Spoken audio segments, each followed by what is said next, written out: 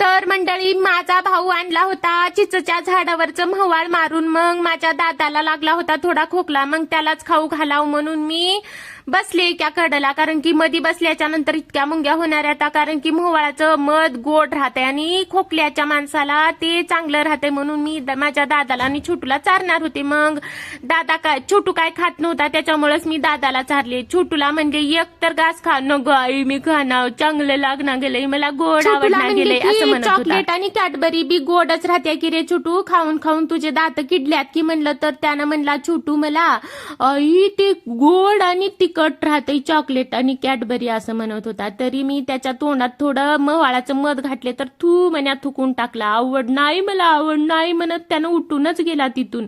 छोटूला तर काय आवडलं नाही म्हवाळ. मी आणि दादाच खाऊन टाकलो, पूर्ण वाटी भरून निघालं होतं मध. तर मी आणि दादा दोघंही पोटभर खाल्लो, कारण की थोडं बी खाल्लं तर ते पोटच भरतंय. कारण की लई लई सांच्या पारी आंबे पडले होते एवढेली घरामध्ये. मग आंब्याच्या फोडी केले, त्याच्यावर मीठ मिरचू घालून मस्त असं भाकरी संग खाल्ले आणि सांच्या पारी जाऊन बाहेर बसले.